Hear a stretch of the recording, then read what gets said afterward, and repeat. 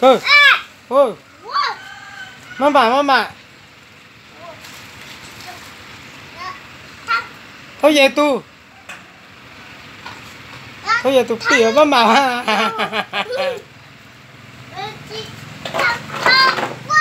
Ôi yo, nó tu pì rồi.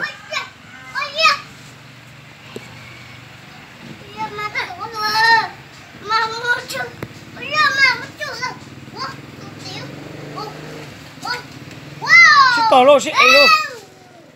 Bây giờ rất cho cả thời gian từ rất bị. Bây giờ chị cả. Sao mà cởi dẹp à?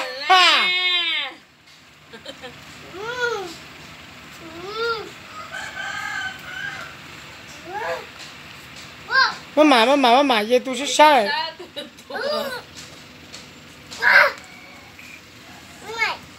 Ye thôi chỉ đơn giản hả?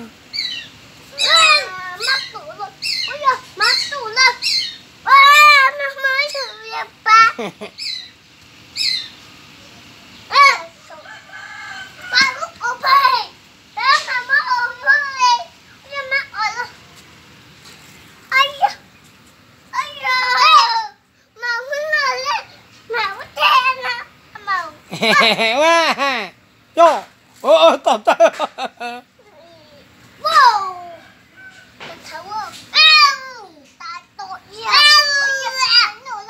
Cho mày.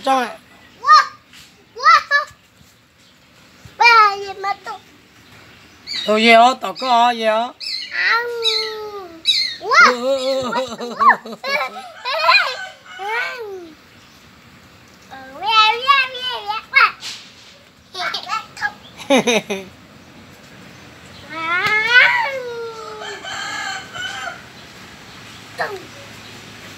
Cho thử vào.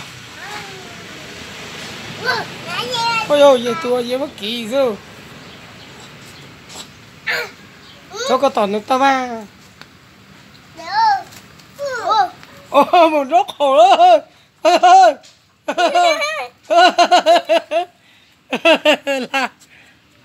Là nhá, sao câu khởi này nè.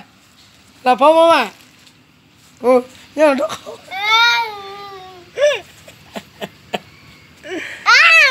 Thôi khởi này tỏi tê ra. Tỏi vậy tê.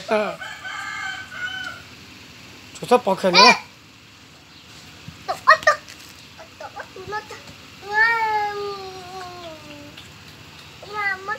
Tôi về tôi rất xa à. Tôi về nằm lặng tay đi hết.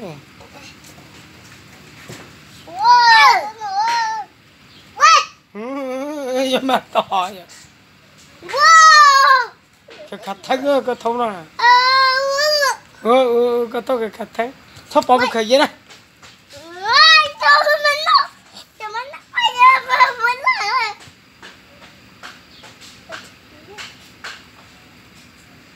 Sắp bỏ khởi vậy.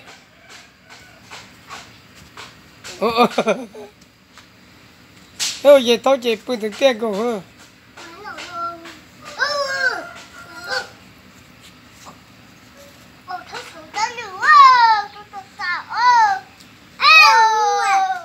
Nhớ từ sáng chứ. Chỉ xin là bổ sung. Ôi dồi. Tỏ rồi.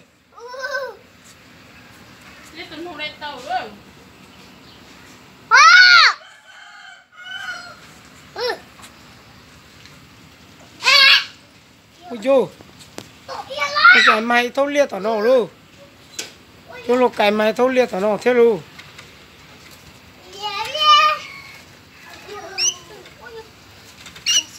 Ôi dồi, lúc cái mày thâu liệt luôn.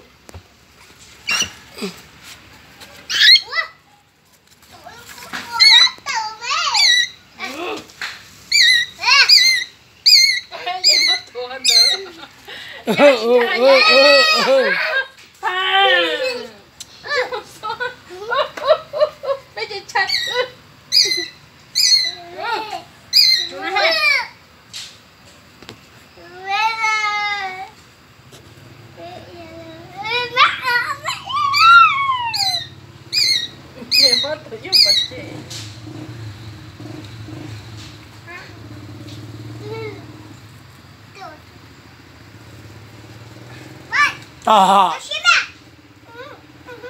xong rồi nó có tụt thích cả tháng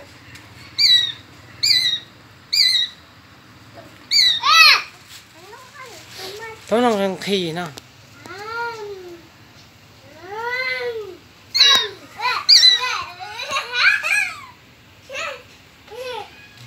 thôi khởi nữa thôi khởi nữa